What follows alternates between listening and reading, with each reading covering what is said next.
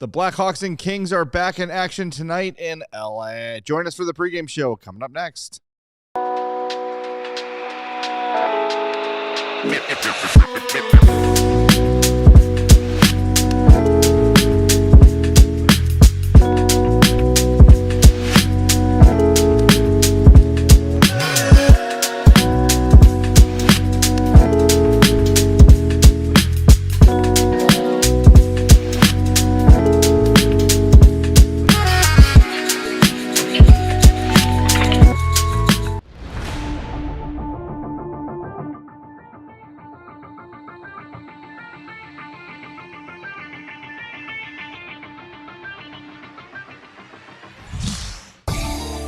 Welcome into the CHGO Blackhawks pregame show presented by Bet365. Download the Bet365 app. Use our code CHGO365 when you sign up. Whatever the moment, it's never ordinary at Bet365. Thanks for being with us on this Saturday night. I'm Jay Zawaski. That's Mario Tirabassi. Chloe and Sarah are here running the show. Chloe? I combined you guys. It's because you were saying LA, so then you wanted to say Chloe. West Coast Day. Hawks and Kings. Again. Just re-rack everything we said 2 days ago, and it applies for the most part. Hey, as long as we re-rack the result, I'm here for it. That would be great. Too. Yeah. And we're going to hear from Jeff Blashill here in a minute. Did not share much about the lineups ahead of the game. We did find out that Teuvo Teravainen will be sitting after taking a puck in the face. Understandable. Yeah. Lost a little at least one work. tooth. Yeah. And Spencer Knight will get the starting goal. So that's what we know so far. We're waiting for line rushes. In the meantime, why don't we hear from the Blackhawks head coach right now, this courtesy of the Chicago Blackhawks. Is Teuvo going to play today?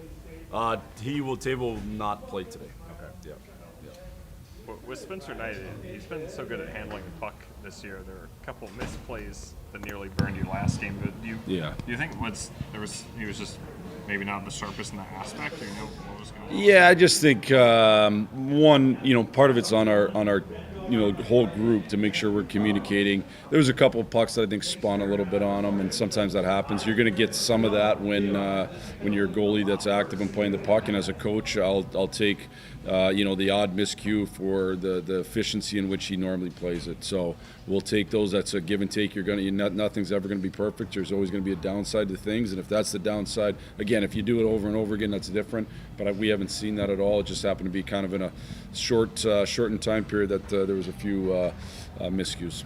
A lot of the defensemen have talked about how he's very vocal for a goalie too, and we'll let them know if there's someone in their blind spot and that sort of thing. Do you see any of that? I know you're not out there to hear it. You can hear some from the bench for sure, and he's a real, I think, a really smart goalie. He understands kind of the threats and where the threats are, and so if he can help our D in that area, it's great. Again, even going back to playing the puck, when you can go back and stop pucks and that, probably diminishes the amount of times that defensemen are getting run over. So, those are, again, we'll take all that as much as we can. I'm sure one of them's drawing in today, but for Slaggert and Lafferty, it's hard to be out, but it's different for a young guy like Slaggert to not be playing. Right?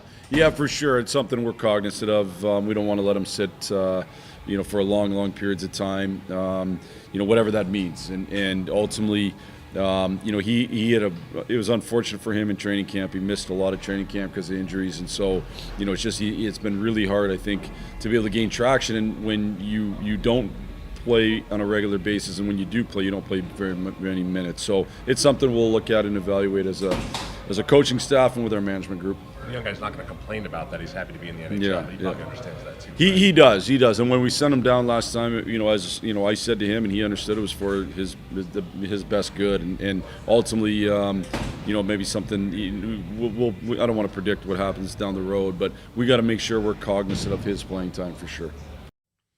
All right, that is Jeff Blashill, courtesy of the Chicago Blackhawks, and we are still sort of waiting for how things are going to shake out, who's going to play, who's going to not. But without Teuvo, it's going to be probably Landon Slaggert, I would imagine. Yeah, I think he's been the one that when they've had the players who are game time decisions and will make the decision after warmups, he's been usually the guy that takes the warmups as the extra.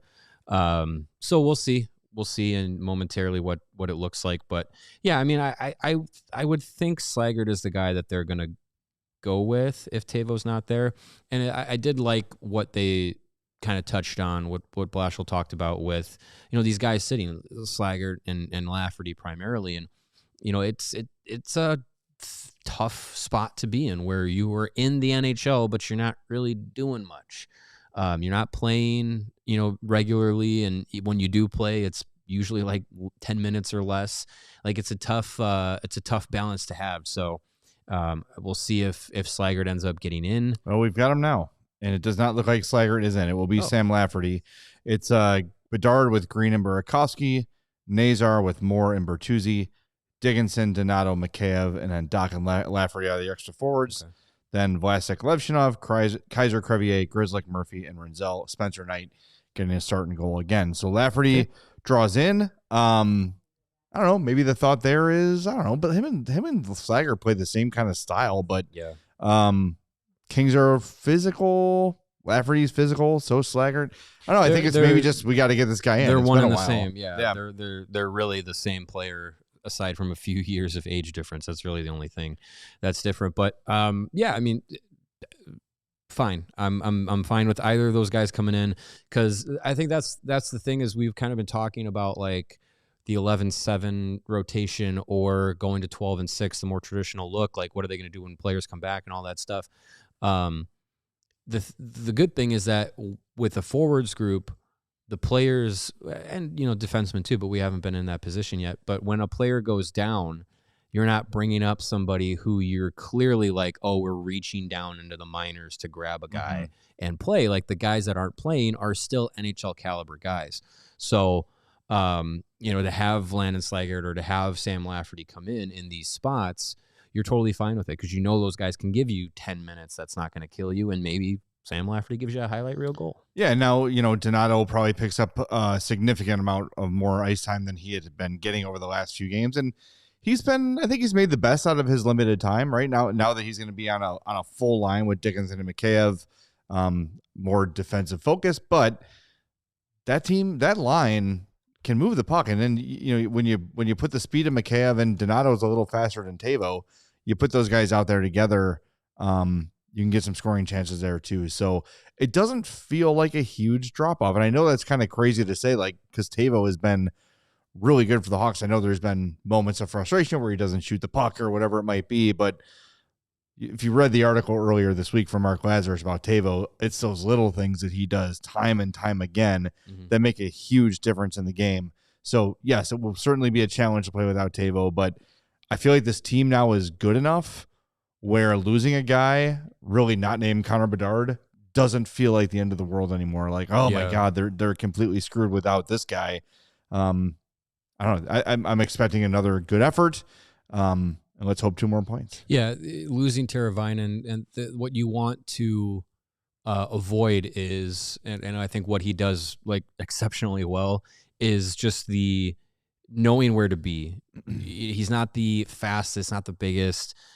He's not the most skilled. He's very skilled, but he's not the most skilled guy. But knowing where to be schematically, both offensively and defensively, makes a huge difference. And is, when you talk about hockey IQ and making the right reads and all that stuff, like that's where Teuvo can set himself apart from most of the guys in the NHL. So when you lose a guy like that, you kind of have to think about more, having more of a focus on making sure you're not losing structure because you don't have that guy on the ice that if things get scrambly, you can at least rely on them to be like, all right, I'm going to know where to be, maybe be able to kind of, if things are, getting a lot out of hand defensively, you can usually rely on Teuvo being a guy that's like, oh, he's in the right spot to either stop a play or slow something down or completely change it in the other direction. So that's just, amongst the forwards group needing to know like, okay, like he's not there. You want to be able to keep that mindset so that, you don't, we saw in the game on Thursday that, there were some moments where, you're kind of trying to hold back the Kings and their push, especially in that third period. And it did get a little scrambly. So you want to try and avoid that because the Kings are going to be pushing this game. They got off to a slow start in the game, first game. They've been on, a bit of a goal drought as a team. So that they're going to try and come out firing out of the gate. You got to be ready for it. And I kind of like the fact that they're going with Spencer Knight because in his career, Spencer Knight, 5 games, he's 2-2-1 against the Kings with a 160 goals against and a 952 save percentage. That's pretty good. And I think you have to take away that Kings game. They had to feel pretty frustrated after that, but because they were peppering the net. They were getting lots of shot attempts. Not all of them were great or super high quality, but they were getting the puck on net frequently, and he was making save after save after save. And I think there can be a little bit of a, oh, God, maybe it'll be Soderblom tonight. No, it's night again. Damn it. All right, here we go again. This guy has just had our number over his career, and that can kind of feel like one of those psychological advantages before the puck even drops, because I do think even if Soderblom plays really well, which is not completely out of the cards, it would be a little bit of a mental like, okay, we don't have to worry about Spencer Knight right now. So Soderblom, in comparison against the Kings, 371 goals against and an 883 save percentage. Now, if you look at Soderblom against the Ducks in 5 games, a 282 goals against, a 913 save percentage. Now, until recently, the Kings were a significantly better team than the Anaheim Ducks. So take that with a grain of salt. But historically, Soderblom is better against the Ducks. Knight is great against the Kings. And look, like, just play the hot hand. He's ready to go. He said he wants to play 60 games. Fubar Totali asked in the chat, are they overworking Knight? No, he's an NHL starter. This is what NHL starters do. He has earned the right to be the A1 guy by being statistically one of the 2 or 3 best goalies in the league. So lean on him. I don't, it's not 5 out of 6, right? It's 3 out of 4. That's a little more. I don't think that's overworking. No, and I think that's what he wants to do. He's a young guy. Like, this isn't like the 10th year of him being a 60-game starter or something like that. Like, this is his first year being in that position, and he really wants to prove that he can be that guy. And I think you look at how the two have played. Soderblom's been up and down some games, but still, like, I think this is a better version than 2 seasons ago where we were like, you can't play him. But yes, but you had to. that was bad. But then now you got Spencer Knight playing where he's arguably one of the top 5 goalies in the league. Has made a case to be in the conversation, if not on the team, for USA's Olympic roster. Like, that's a guy that you can roll 3 of every 4 games, or 4 of every 5 if the schedule allows you to, and you probably feel comfortable with it. So I'm completely fine with going Knight here because then you change things up from the Ducks game the last time they played, and you give Soderblom an opportunity. And he would have had to play tomorrow night anyway. Yeah. So right. Is what's a 23 hours? Yeah, what's a few hours difference? And a bus ride difference? Yeah. For him, and I think too the point you made about like the mentality for the Kings is like you have to go back and be like, we got to try and beat this guy again. Like I think that's an advantage that the Hawks could use. 100%. Hey, do us a favor if you're just getting in here, or if you've been here all along, hit that like button for us. And be sure to subscribe to our YouTube page. Remember, we will be here as soon as the game ends tonight for the post-game show. Beyond this game, there's some stuff we definitely want to get to within the next 15 minutes or so, because we probably won't have the opportunity to do it for quite a while here. If you missed it, before we get, Mark Lazarus talked to Kyle Davidson. There's a lot of good stuff in there. But as it applies to this game, Frank Saravalli earlier today said that there's a lot of trade smoke around Philip Deneau from the Kings. Former Blackhawk. They had to trade him to get Dale Weiss and Thomas Fleischmann. That worked out. I hate that trade. It's so bad. That trade, I still hate that. But remember, yesterday was the 5-year anniversary of the Patrick Sharp trade, so let's live in that time and think about that. 20 years. 4 points this year for Philip Deneau? That's what it said. 0 goals, 4 assists, and this is now reaching about 30 games into the season for most teams. That's pretty rough. That's pretty rough for a guy who not so long ago was considered one of the best 2-way forwards in the game, a guy that could give you 50 points, maybe even up to 60 points, and be a shutdown center. Was a big part of the Montreal Canadiens for a number of years, big part of the Kings since he got here. I have no interest in it as the Blackhawks for the record, but it is interesting that a team like the Kings that is trying to push towards the playoffs again is looking to move a guy that you'd imagine would be one of their best centers. But I think as you have Anze Kopitar still as your number one, you have Quinton Byfield kind of emerging. I don't know. Maybe this might be a player that you move off from to give him a better opportunity or a different opportunity at least, and then the Kings look to open a spot for someone younger to come up and in. Who knows? Or they go with somebody new and just kind of do like a lateral move and see if it shakes things up. Yeah, I'm just curious as to what is their vision, right? Like it's because Kopitar's gone, Drew Doughty's 100 years old. They just re-signed Adrian Kempe to a big long deal, so it doesn't look like they're going to rebuild. He's their big guy, yeah. You know, so and this can kind of lead us nicely into the Mark Lazarus, Kyle Davidson piece, because how do you get out of where they are? If you're the LA Kings, how do you get from middle of the Western Conference, you know, maybe in the playoffs, maybe not? How do they get to that next level by keeping around Kempe and like Byfield is young? That's a guy you'd want around for rebuild, but like, I don't know how far that gets you, especially without Kopitar, without Doughty. I'm trying to look at like who's in their prospect system. I know they got Alex Turcotte as well, future Blackhawk. We've been told that for years. It's happening this weekend. Yeah. Yeah. I mean, let's see. You don't really have a ton of guys that, at least in your NHL group, that you're like, oh yeah, they're the future outside of, you know, Byfield up front and Brant Clark defensively. Like who's their big guy? Liam Greentree. He's a top prospect, but he's a wing. Yeah, they don't really have a guy that you say is. They have the other Jack Hughes. There's the non good one. Yeah, they just don't really have a guy that you look at and point to and says like that's the next big thing. At least that I can tell from here. So they could be one of those teams that like I don't know how you trade or free agent your way out of needing to start acquiring draft assets and young players. So there's a couple of those teams that are like on, I'd say like the lower end of contender where they're like, yeah, they can make the playoffs, but what much more are they going to do? Yeah. The Kings are not winning a cup this year. Yeah. There's no shot. I don't bank on it at all. So there's a couple teams like that it's just kind of like now with free agency effectively dead.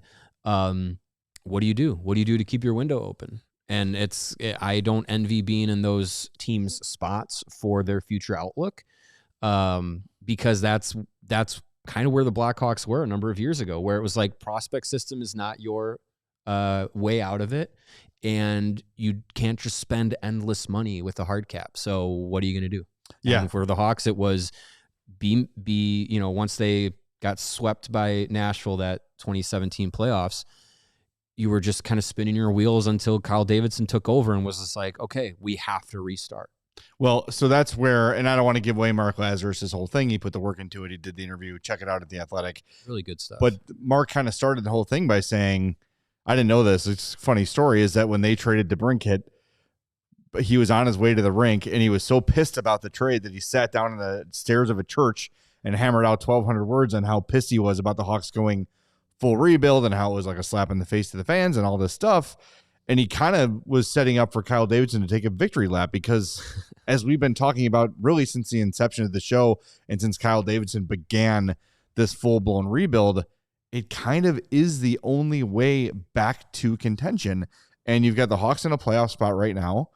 Will they be there at the end of the year? That remains to be seen. The numbers people seem to not think so, but some of the eye test people are starting to believe a little bit because Connor Bedard has been so great, and you've had Bertuzzi having a career year, and on and on and on. We all know what's happening on the ice. And Lazarus actually brought up to Davidson, like, is free agency something you like? Did you know this was coming? Did you know that it was going to be different? And like, who's going to be your Hossa? Who's going to be your Campbell? And Davidson said, my thought was always built from within. There was always this belief. Everyone calls back to the Hossa signing or Campbell, which I get, but there were rules and a system in place at the time. Marian Hossa wouldn't be coming as a $5 million player under today's structure. He'd be coming in much higher. Under the current system, that team doesn't get to keep Duncan Keith on a 13-year deal. Right. Those ridiculous contracts. Yeah. So he says it's a different build, a different model. So free agency wasn't anything I was banking on. So look, I don't know if Kyle Davidson could have imagined that the cap was going to explode the way it has, and that free agency would go from the best day of the summer, July 1st, everyone's watching NHL Network or Sportsnet or whatever it might be, to completely dead. Nothing. Dead. I don't know if he foresaw that. Do we even do a free agent frenzy show this year? I mean, we have to. It's like not. But it'll be an hour. It's like not worth it. Yeah, we'll come on. It's just going to be another day in the summer. Yeah, we'll come on at 12:30 and go off at 1:30 and call it a day or whatever the timing might be. But so I think he saw it coming a little bit. I'm not going to give him so much credit where he's like, I knew it was going to be this way all along. Yeah, but I think he had an inkling of that a little bit. Well, I mean, they had the COVID flat cap that pinched a lot of teams. Yeah. And the Hawks weren't a team that really got pinched with that. So I think even predicting like, okay, the cap is going to go up eventually, like it's not going to be flat forever. You think, okay, we'll have some flexibility where other teams won't. But even still, like I really do think Davidson took over the team, realized who was here wasn't going to be enough to run it back year over year and say, yeah, we're a contender, and realized there's no help coming from within the system. So what's the easier thing to do? Spin your wheels with, DeBrincat and Strome and Hagel and Taze and Kane as they start to go on the other side of their other side of the hill in their careers, or bottom out, start completely over, and you start over with your best chance at getting Connor Bedard. I think that was the vision and the way to go.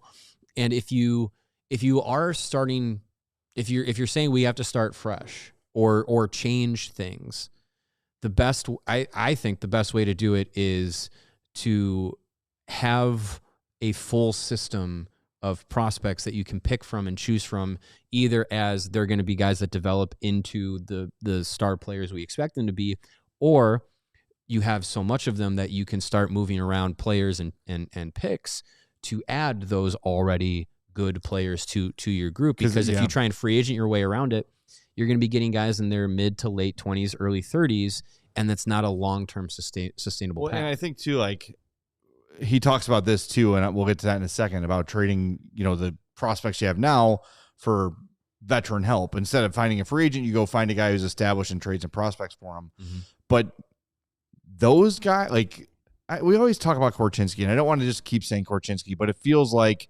highest prospect they might be willing to move. That's why we always do it. But I think everyone but Bedard, maybe Levshinov, is on the table if the right thing came along. Mm-hmm. Like if we're talking about like Quinn Hughes or Jack Hughes or the other Jack Hughes or whoever, you know what I mean? Like whatever it might be. Hughes boys. Yes. Like if somebody too. like that becomes available, I think almost everybody's on the table aside from 98 and 55. But other teams that are going to want to rebuild are going to want to they're not going to have the patience that Davidson had.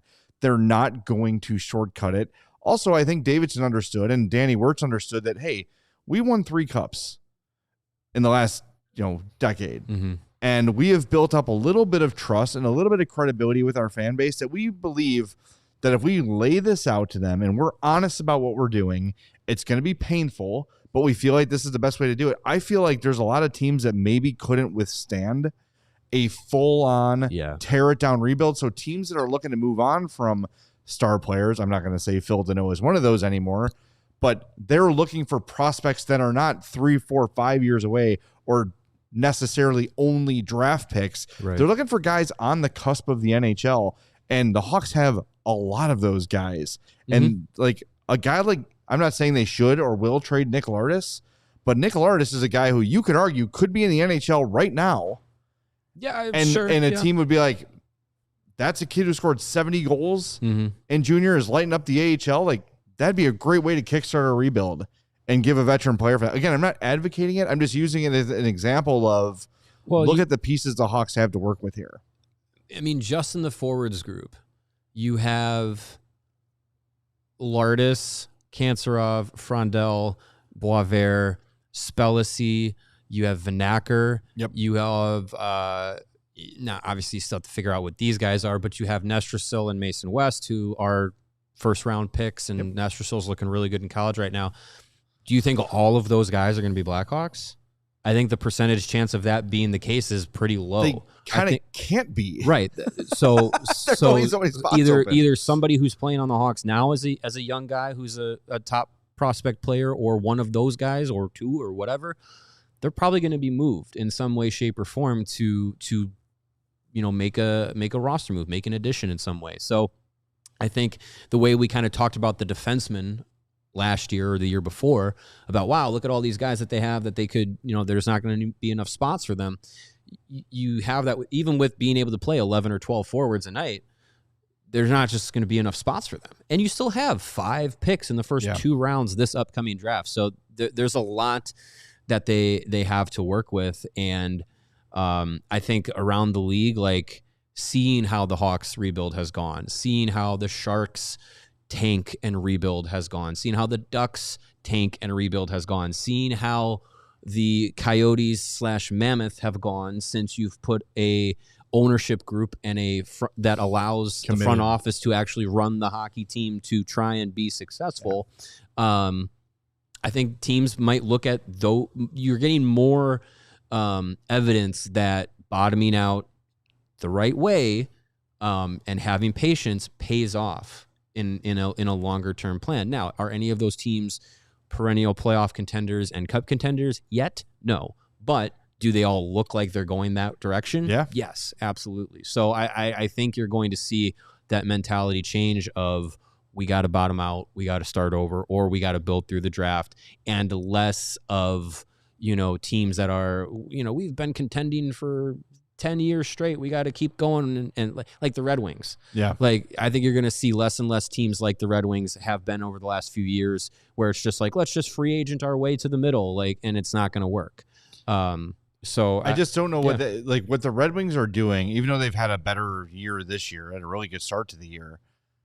Does that ultimately end in a Stanley Cup for them? We gotta stay focused here and remember, Red Wings currently 2 points out of the playoff spot, but they got to leapfrog they're like bottom. 9 teams. They're bottom half or bottom third of the Eastern Conference. The East is so hard to the East is so tight that it's hard to say like one team's good, one team's bad. But so let's say Detroit gets in, they get a wild card spot.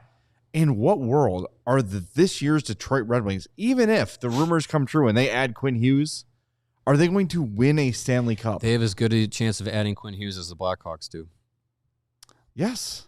And I'm looking at I'm not even saying that as hyperbole. No, for real. I think there's actually if there's a will, there's a way. Quinn Hughes could be a Blackhawk. Yes. As much as he could be a Red Wing. I don't know who else has more to potentially deal with. Right. A bigger pool to deal from than the Hawks. Especially if Vancouver, as we're talking about teams that need to bottom out, they have no future. What's their future? Nothing. Elias Pettersson, does he want to be there any more than Quinn Hughes does? Yeah, it doesn't even feel like he wants to be there. Yeah, their future is bottoming out. So how do you bottom out? Picks and prospects. Who has picks and prospects? The Blackhawks. Yep. I mean, it could certainly happen. It is not the most far-fetched idea in the world, but we gotta. We know he's going to the Devils, but the Blackhawks have a good, as good a chance as anybody. The Devils got to figure that out too. They're up against the cap. That's not something they can just easily make happen. They'd have to make some significant moves to make that happen. And I'm not going to pretend to be up on the Devils prospect system, but if they're rebuilding, they're not going to take on Dougie Hamilton to make room for Quinn. You know what I mean? Right. It doesn't help them in any way. So we'll see how it goes.